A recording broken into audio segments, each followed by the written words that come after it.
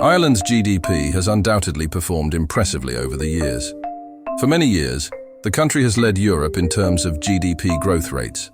At a time when many other economies around the world have struggled with contraction, Ireland has been able to maintain double-digit growth rates. A case in point is the period between 2020 and 2021, when the country's GDP grew by as much as 20.6%. Compare this with the second country in the list, Estonia, which only achieved 1/3 of this growth, and Ireland emerges as a real leader. It is also worth noting that many other EU countries have had to contend with declining GDP during these years.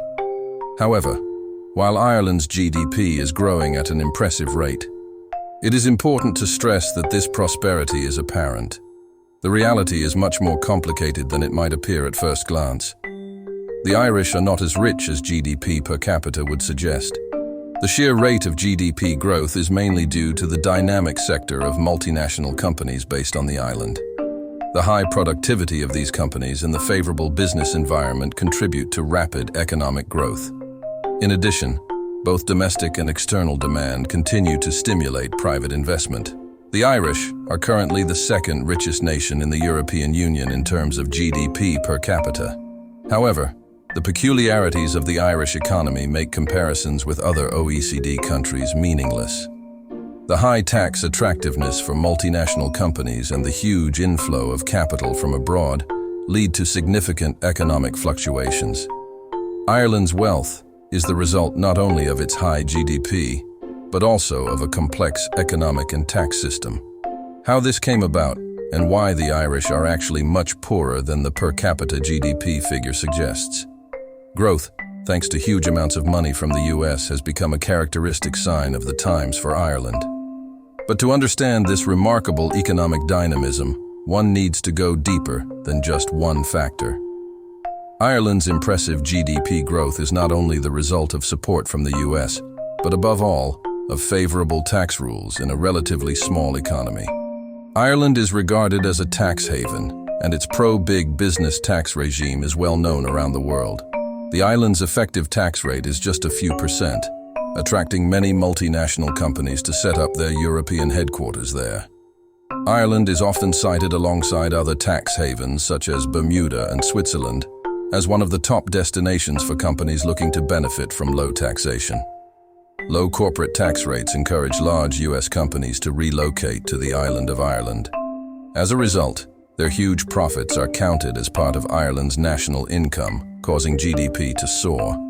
However, although GDP is growing at a rapid pace, taxes make up a small proportion of the country's total income. Ireland's GDP itself is pumped up by multinational companies that pay very little tax. As a result, tax revenues account for only a small proportion of the country's GDP, the lowest in the European Union. This relationship is surprising, as it is usually poor countries that have a low tax to GDP ratio and rich countries that have a high tax burden. However, Ireland breaks this trend and becomes an exceptional case.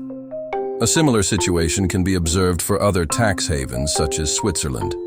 Even Luxembourg, one of the richest countries in the world, ranks in the middle of the EU in terms of taxation.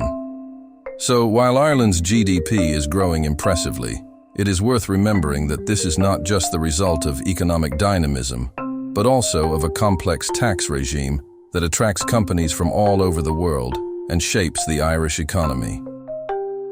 How rich are the Irish, really? The reality of Irish wealth hides many surprising aspects. At first glance, one might think that Ireland's impressive GDP growth is synonymous with the high level of wealth of its people. However, the truth is different from what the GDP per capita figures suggest. Ireland's high GDP growth rate is largely due to the presence of international giants such as Apple, Google, Facebook, Microsoft, Amazon, Twitter, PayPal, Intel, and Dell, which have chosen the island as their European headquarters. The result of their activities is a huge intellectual property that contributes significantly to the GDP.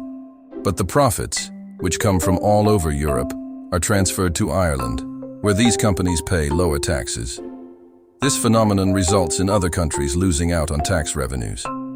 However, it should be noted that Ireland, also benefits from the presence of these multinationals. Although these companies pay low taxes, the revenue to the national budget is still significant. However, the level of GDP does not translate directly into the well-being of the population.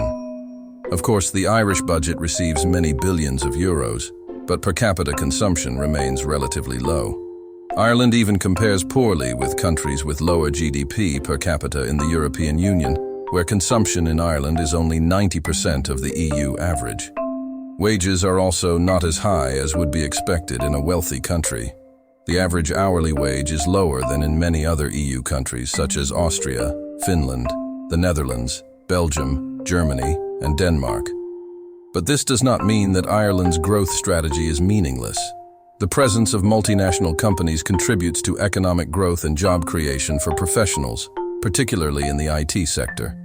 Ireland is becoming an attractive destination for professionals seeking employment with global giants. However, it is important to remember that GDP growth in Ireland often remains on paper and does not translate into higher levels of prosperity for the population. The country's economic growth figures should always be interpreted with caution and in context to understand the true level of prosperity of the Irish people. Thank you for watching the video. Leave a comment and subscribe to the channel. See you next video.